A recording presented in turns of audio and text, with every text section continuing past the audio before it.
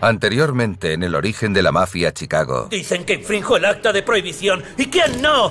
Tras haber escalado hasta la cima de la mafia de Chicago y evitado a la justicia durante más de una década, Al Capone cayó en manos del gobierno gracias a un ataque en 2 fases. El primero liderado por Elliot Ness. ¡Departamento del Tesoro! Y el segundo por la Oficina de Impuestos Internos. Quiero coger a ese hijo de puta. Con la justicia pisándole los talones, Capone empezó a descontrolarse. Quiero que le matéis y quiero que lo hagáis ya. Poco después fue acusado y juzgado, pero no por los violentos crímenes que había cometido, sino por evasión fiscal. El tribunal declara al acusado culpable de 5 cargos. El jefe mafioso fue condenado a 11 años en una prisión federal. Me tienen encerrado como un animal aquí dentro. En adelante, la integridad del imperio de Capone dependería de sus hombres de confianza.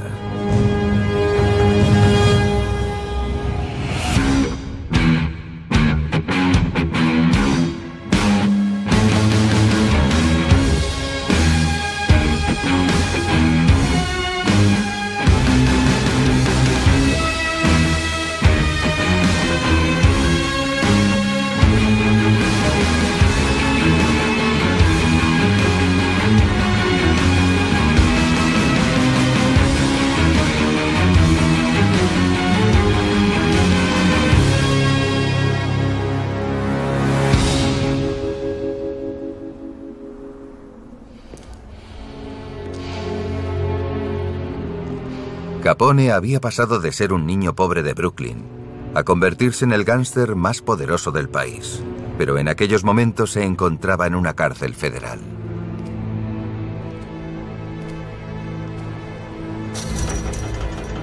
Tras cumplir 2 de sus 11 años de condena, Capone fue trasladado a la prisión de alta seguridad más dura del país, que acababa de abrir sus puertas.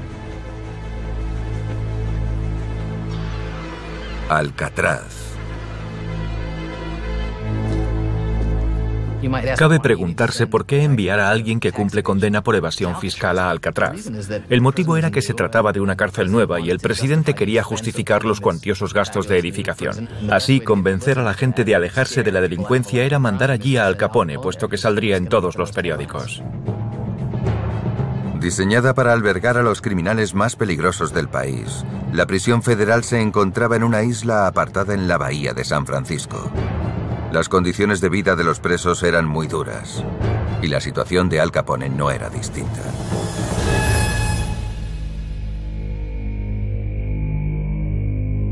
A más de 3.000 kilómetros de allí, en Chicago, el imperio que Capone había dejado atrás debía enfrentarse a un nuevo problema.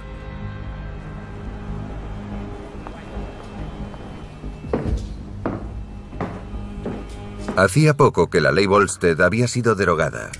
En consecuencia, una de las principales fuentes de ingresos del outfit se estaba secando. El fin de la ley Volstead fue un auténtico problema para el crimen organizado en Estados Unidos. ¿Cómo podían seguir ganando dinero?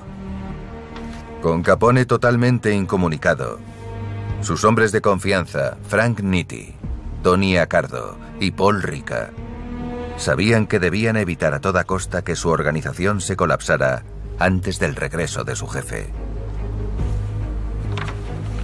Fue entonces cuando Nitti, el miembro más antiguo y consolidado del círculo de Capone, tomó las riendas del outfit. Nos quedamos sin ingresos. ¿Os dais cuenta? Aún tenemos. Se juega a las cartas por toda la ciudad. Y también a los dados. No vamos a cambiar el contrabando por las cartas. ¿Creéis que sacaríamos para pagar a los polis? ¿A los jueces? ¿A la mitad del ayuntamiento? No. La gente no se gasta el dinero en comida, ni en ropa, ni en el juego. Pero hay algo por lo que seguirán pagando sin rechistar. Y es el cine. ¿Qué? ¿Ahora quieres meterte a hacer películas?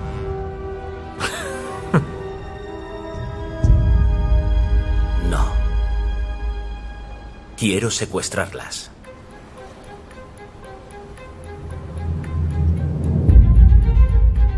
Los estadounidenses acudían a los cines en masa, por lo que la industria generaba millones de dólares al mes. Hollywood estaba en pleno apogeo. Al outfit se le abrió todo un mundo de oportunidades y no las dejarían escapar. Para poder sacar tajada de Hollywood, Nitti reclutó a un matón despiadado, muy conocido por extorsionar a los pequeños empresarios de Chicago.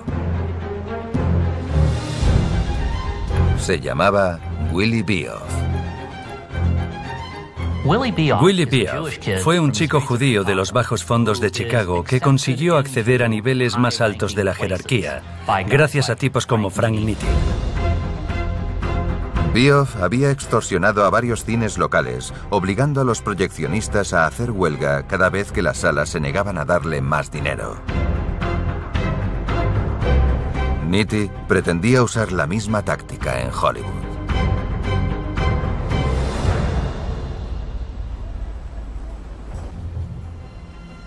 Si los dueños del cine no pagan, los proyeccionistas no trabajan.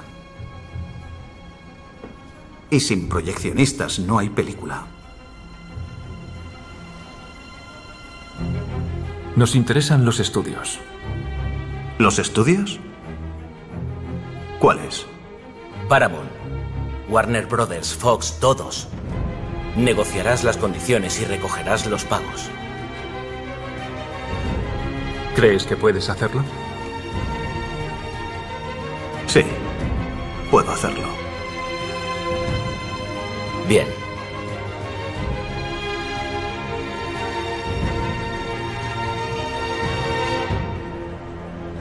Ya sabes que confío en ti, pero en él no. No sé yo. Él conoce el negocio. ¿Qué negocio? El de los sindicatos, el del cine. Sabrá extorsionar, pero no ha estado en Hollywood. Pero es el mismo negocio. En el fondo, es exactamente lo mismo. Ya sabes el efecto que causa en la gente. Los focos, la prensa, tú me entiendes. Lo hará bien. Sabes que si pasa algo será responsabilidad tuya. Ni mía ni de Joe.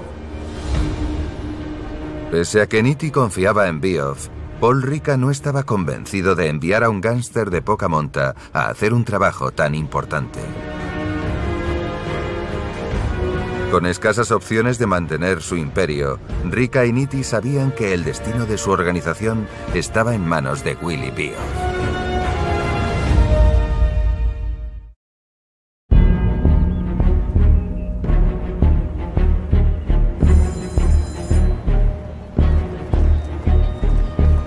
Con Al Capone aún entre rejas, Frank Nitti, jefe en funciones del outfit de Chicago, envió al matón Willie Bioff a infiltrarse en los sindicatos de Hollywood.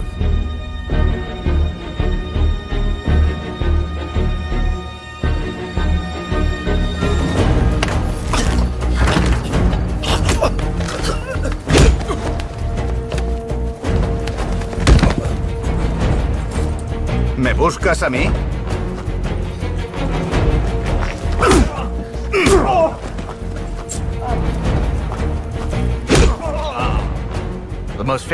Por supuesto, el caso más famoso de extorsión sindical fue el que aconteció en Hollywood, cuando la mafia de Chicago se hizo con el control de los sindicatos de la industria del cine. Cuando Bioff logró alcanzar un puesto destacado en el mayor sindicato de la industria cinematográfica, amenazó a los estudios de Hollywood con convocar una huelga si no aceptaban pagar enormes sumas al outfit. Willie, Señor Warner, ahí está todo. un placer, como siempre.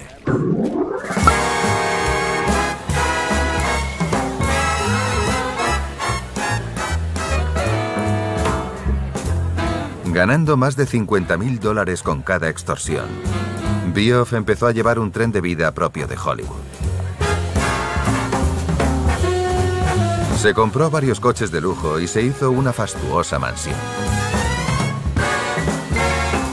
Tenía incluso cuentas de gastos en varios locales frecuentados por famosos.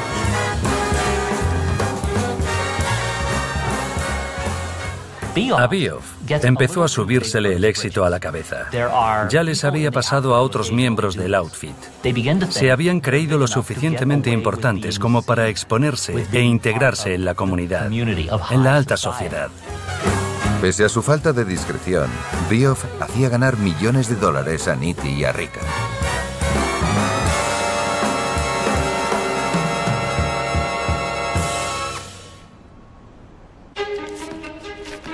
Mientras los jefes del outfit disfrutaban de su éxito, había quien se sentía ninguneado. Durante años, Tony Accardo había trabajado como guardaespaldas y sicario de Al Capone.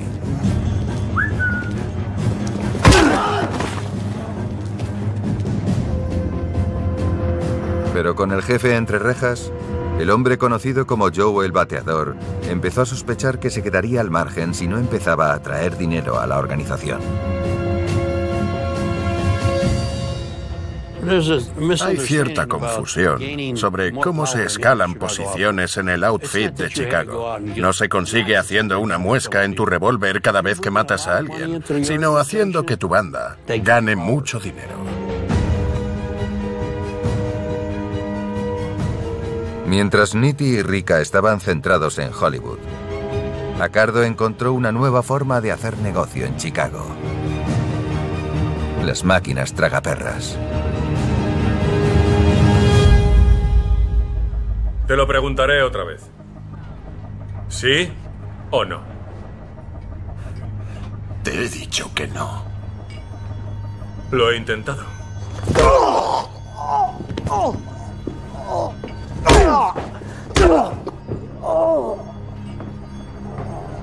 ¿Sí o no? Sí. Gracias. Tony Accardo había empezado como matón. Era un asesino, un tipo duro. Así que, para cuando decidió escalar puestos y convertirse en uno de los jefes, estaba muy centrado y era muy temido.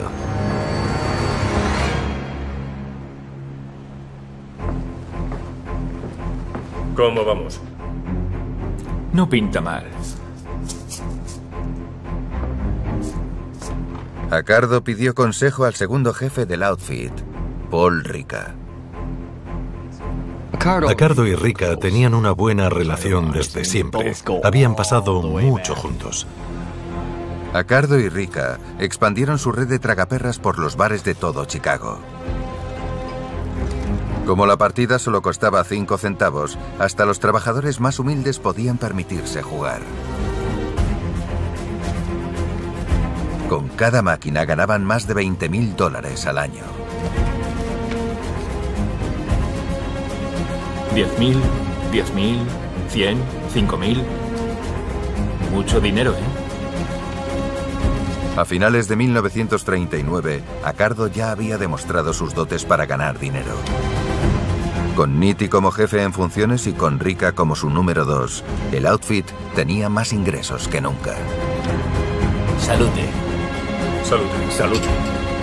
Los beneficios iban en aumento y los gánsteres estaban a punto de recibir una noticia aún mejor.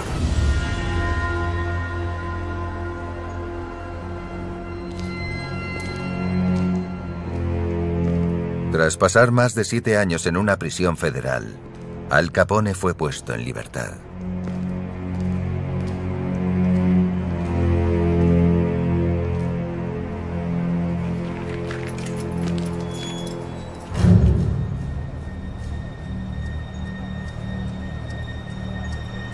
Pero el despiadado mafioso de Chicago no era ni la sombra de lo que había sido. Los años que había pasado frecuentando a prostitutas le habían pasado factura. Estaba consumido por una enfermedad: la sífilis.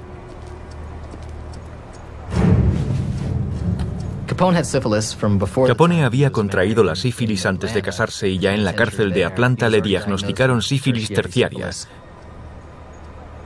Cuando salió de la cárcel en 1939 ya empezaba a perder la cabeza.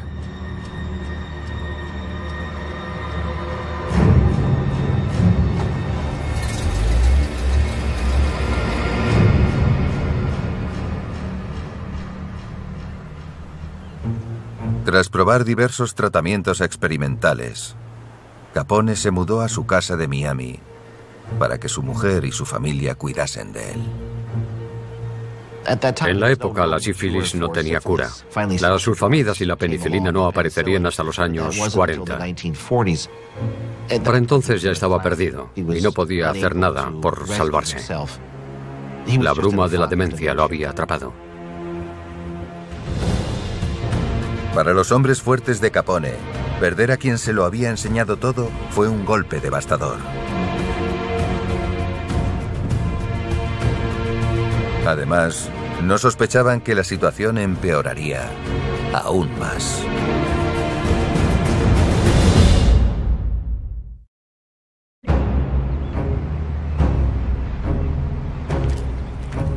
Durante 5 años, Willie Bioff había estado extorsionando a algunos de los mayores estudios de Hollywood. Un placer, como siempre. Pero a medida que la codicia del ostentoso gángster había ido creciendo, se le había relacionado con la corrupción que azotaba la industria cinematográfica. Así fue como el hombre fuerte de la mafia en Hollywood acabó detenido. Fue un desastre estrepitoso. Metieron a una de sus principales figuras en la cárcel y aquello atrajo la atención de los medios e hizo que se convirtiera en un caso prioritario para el FBI.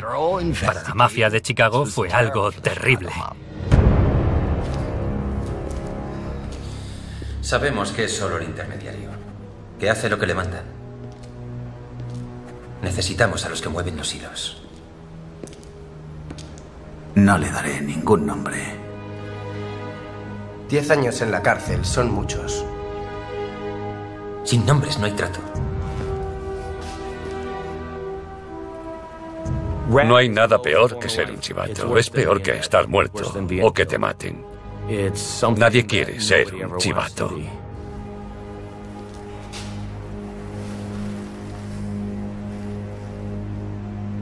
Frank Nitti y Paul Ricca.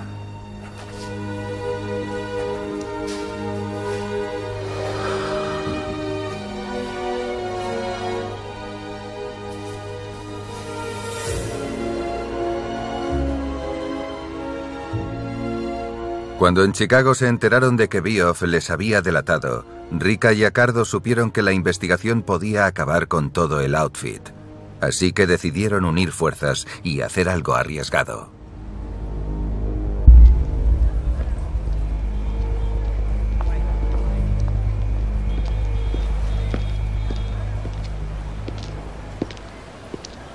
¿Queríais hablar? Este asunto de Bioff... ¿Qué pasa? Debe de haber un cabeza de turco. Ya he estado en la cárcel. Estamos así por tu culpa. ¿Ahora vais a delatarme? Fuiste tú quien nos metió en Hollywood y quien trajo a Bioff. Hice lo que hice por el outfit. Irás a entregarte mañana. Tendrás a los mejores abogados. Os lo he dicho. Ya he estado en la cárcel. No pienso volver allí. No voy a pagar el pato. Lo pagarás.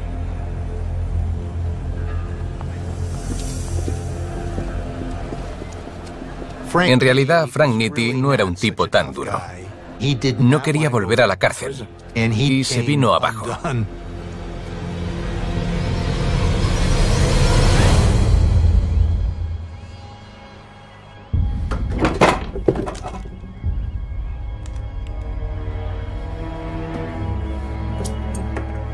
Desesperado por evitar la cárcel, Frank Nitti decidió tomar las riendas de la situación.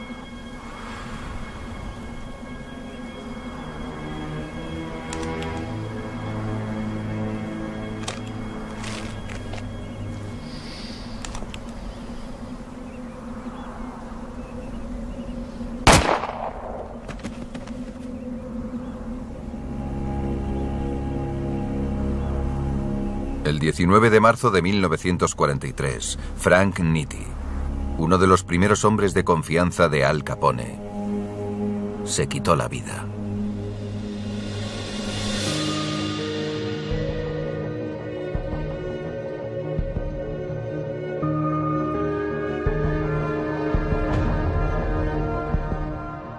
Creo que lo que le asustaba no era tanto volver a la cárcel, como la cárcel en sí misma.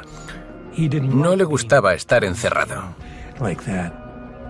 Odiaba los espacios tan estrechos. Con el tiempo se había vuelto muy claustrofóbico.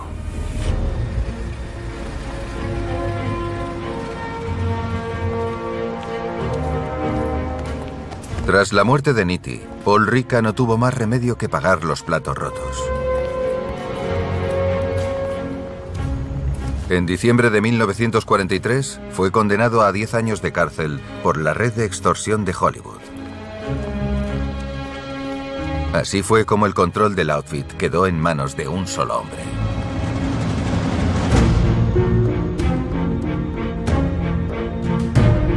Cuando Frank Nitti se suicidó, Paul Ricca era el siguiente en el orden sucesorio. Sin embargo, fue Tony Accardo, un tipo sin apenas estudios, quien tomó el control de la organización en su lugar. Tony Accardo había empezado como matón y había terminado siendo el jefe de la organización criminal más poderosa del país.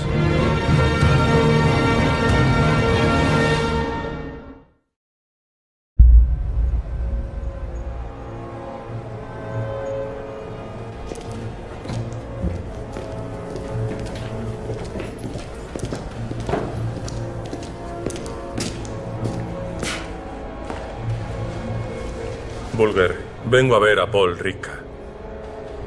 Poco después de convertirse en jefe en funciones del outfit de Chicago, Tony Accardo fue a pedir consejo al siguiente en la línea sucesoria tras Frank Nitti, al único hombre en quien confiaba para decidir cómo llevar la organización, su amigo Paul Ricca.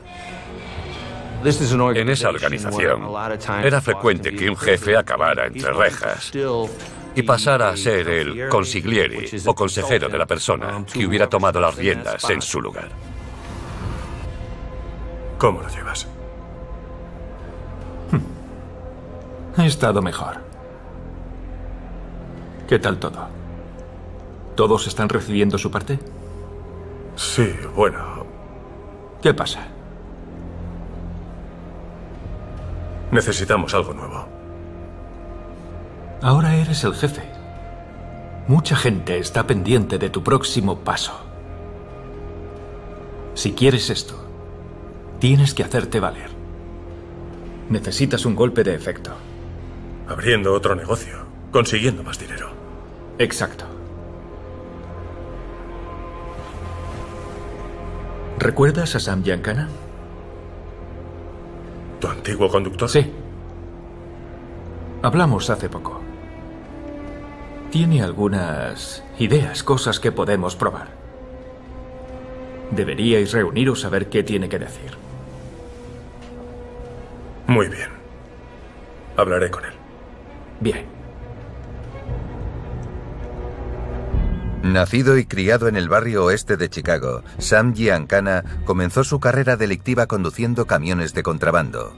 Y pronto se labró una reputación de gángster astuto con buen olfato para los negocios. Sin embargo, su fama de ser imprevisible había sido un obstáculo para escalar puestos en las filas del outfit. Sam Giancana era bastante impredecible. Era un tipo inestable, quizá incluso algo desquiciado. Por eso había escogido el apodo de lunático, que le acompañaría durante años.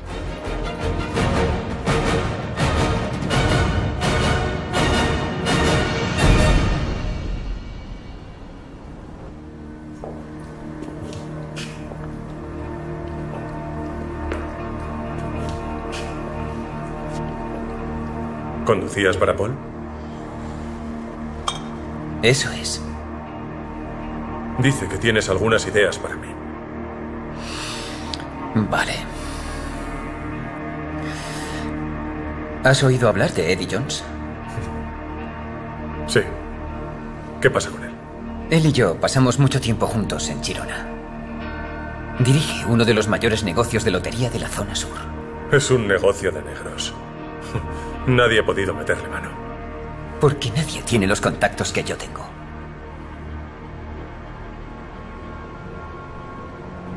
Con ese negocio saca más de 1 millón al año. Y gracias a su bocaza le conozco de arriba a abajo. Sé cómo hacer números, cómo llevar a los vendedores. Y cómo meter la cabeza.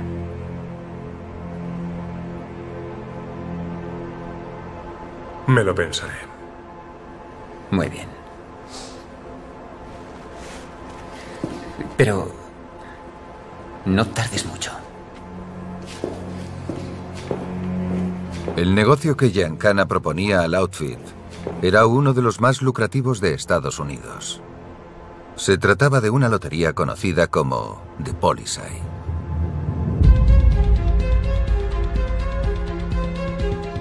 En Chicago, aquel negocio era básicamente una lotería ilegal. Pagabas $1, te daban un número y una vez a la semana se hacía un sorteo en el que podías ganar algo o no.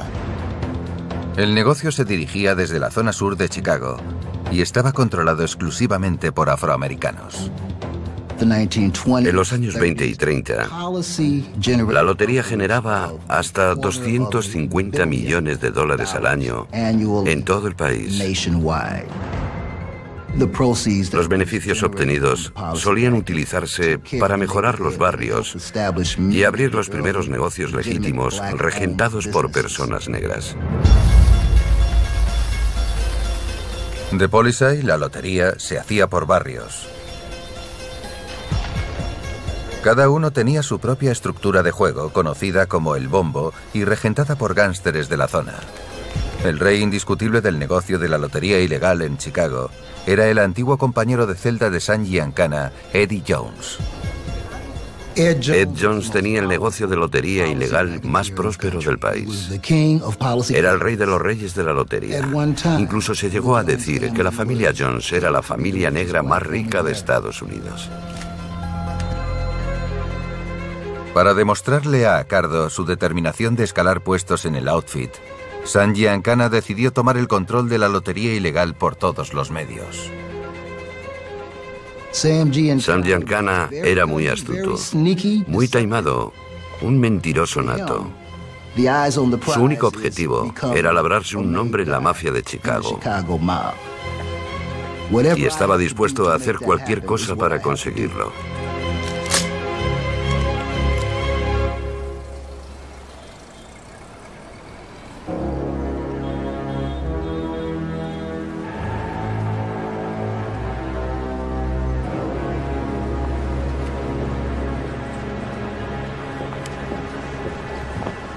Ahí está.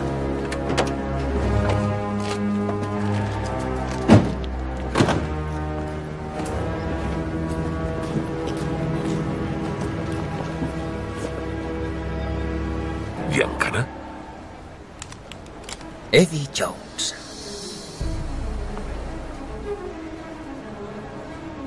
¿Qué pasa aquí? Subidle al coche. Vamos.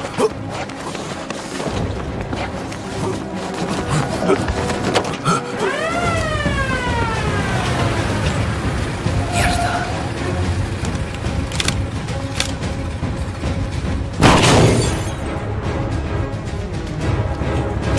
Vámonos. Rápido.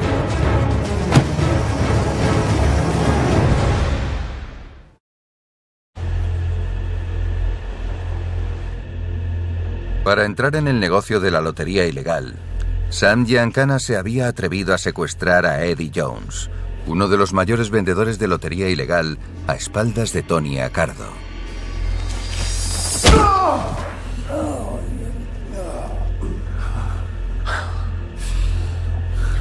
Probemos otra vez. Tus negocios de lotería, tu territorio y el dinero que tengas. Y quizá decida dejarte vivir. Vete a la mierda.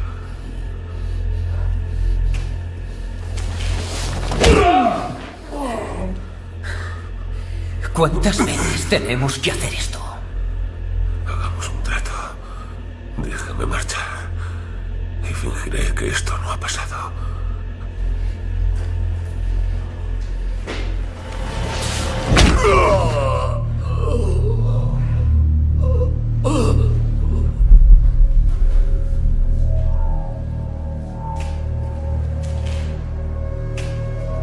¿Qué coño estás haciendo? Querías entrar en el negocio, ¿no? ¿Por eso disparaste a la policía? Hice lo necesario. Aquí no se hace nada sin mi aprobación. ¡Nada! ¿Comprendido? Respóndeme cuando te hable.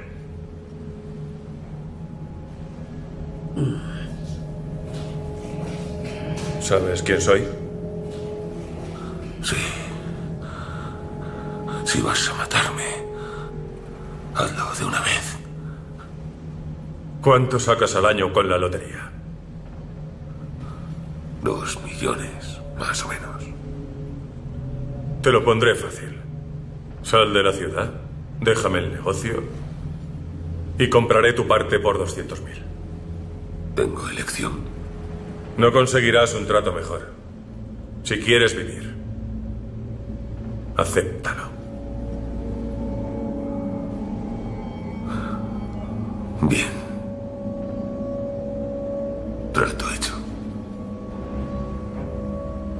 Desátale. Déjale ir.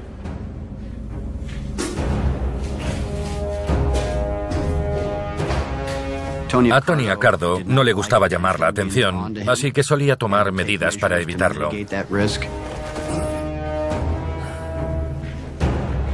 A Sam Giancana no le importaba correr ese riesgo, aun sabiendo que era peligroso. Creía que podía controlarlo.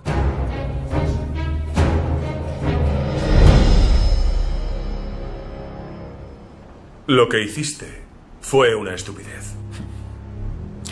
Vale. Lo siento. No volverá a ocurrir.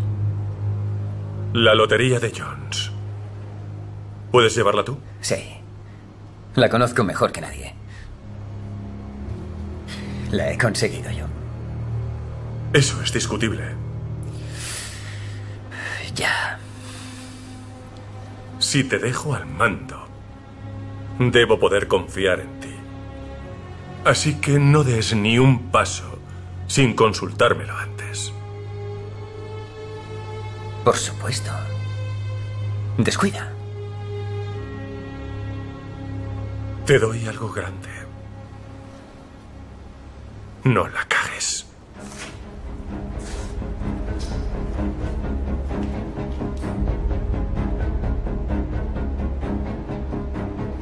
Con el beneplácito de Accardo, Sam Giancana tomó el control del negocio de lotería de Jones.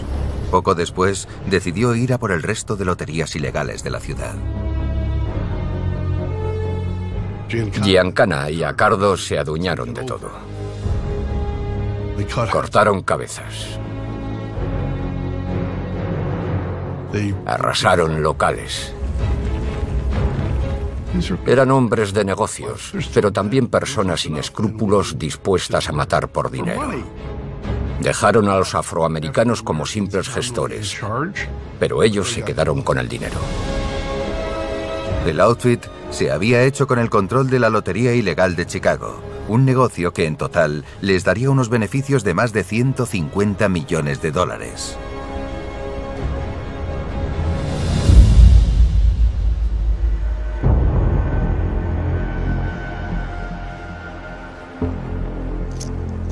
Pero justo cuando las cosas empezaban a ir bien, Accardo recibió una terrible noticia.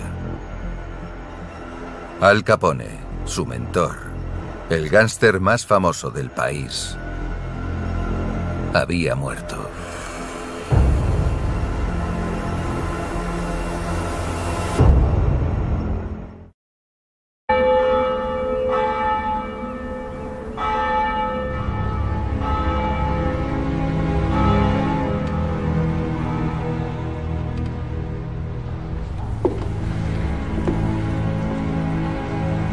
El 25 de enero de 1947, Al Capone, antiguo jefe de la mafia de Chicago, murió a la edad de 48 años.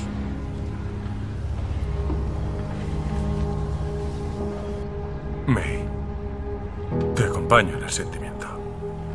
Te aseguro que cuidaremos de vosotros. Si necesitáis cualquier cosa.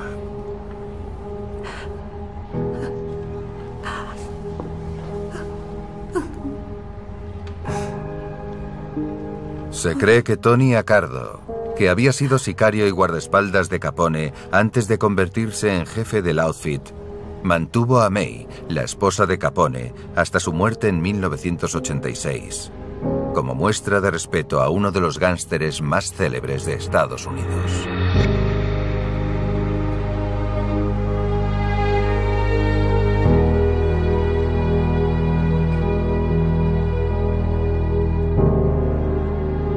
Creo que Capone nos resulta fascinante porque hizo cosas con las que muchos solo podemos soñar. Se hizo rico y poderoso.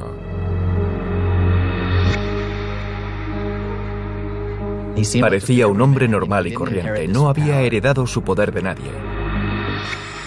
Ascendió por sus propios méritos e hizo realidad su retorcida versión del sueño americano. Tras su muerte, Capone se convirtió en una leyenda aún mayor y sirvió de inspiración para innumerables libros, películas y series de televisión. Al Capone contribuyó a la imagen romántica del gángster como el clásico estadounidense independiente que no se deja controlar y forja su propio destino en la vida. Durante casi una década, aquel hijo de inmigrantes italianos había dirigido en la sombra la segunda ciudad más grande del país y levantado una organización criminal valorada en más de $1.000 millones actuales. Da igual al país del mundo al que vayas. En cuanto digas que eres de Chicago, siempre van a mencionar dos nombres: Michael Jordan y Al Capone. Él fue y siempre será un símbolo de la mafia de Chicago.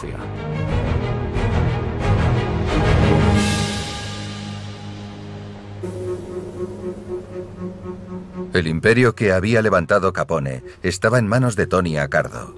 Meses después de la muerte de Capone, otra importante figura del outfit volvió a escena. Se trataba de Paul Ricca, que había salido de la cárcel antes de lo previsto y por fin ocupaba el puesto de jefe del outfit junto con Accardo. Para entonces la mafia ganaba más que nunca gracias a la lotería ilegal. Ricca era muy valioso para la organización, pero el hecho de volver no le garantizaba desplazar automáticamente al hombre que ocupaba la cima. Accardo se quedó como jefe en funciones supervisando el buen funcionamiento de la organización, mientras que Ricca se encargó de la parte estratégica.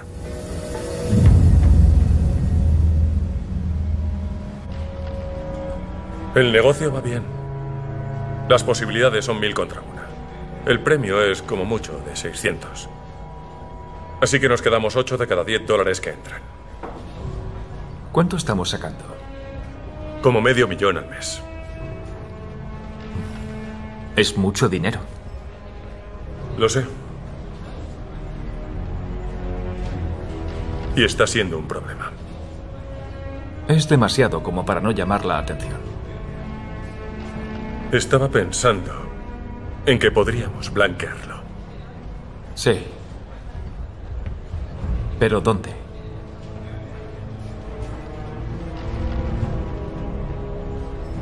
En Las Vegas.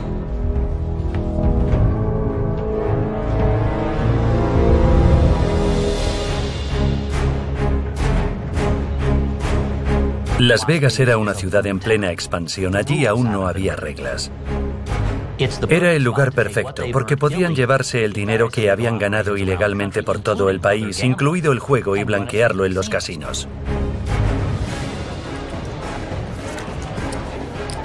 Solo había un pequeño problema.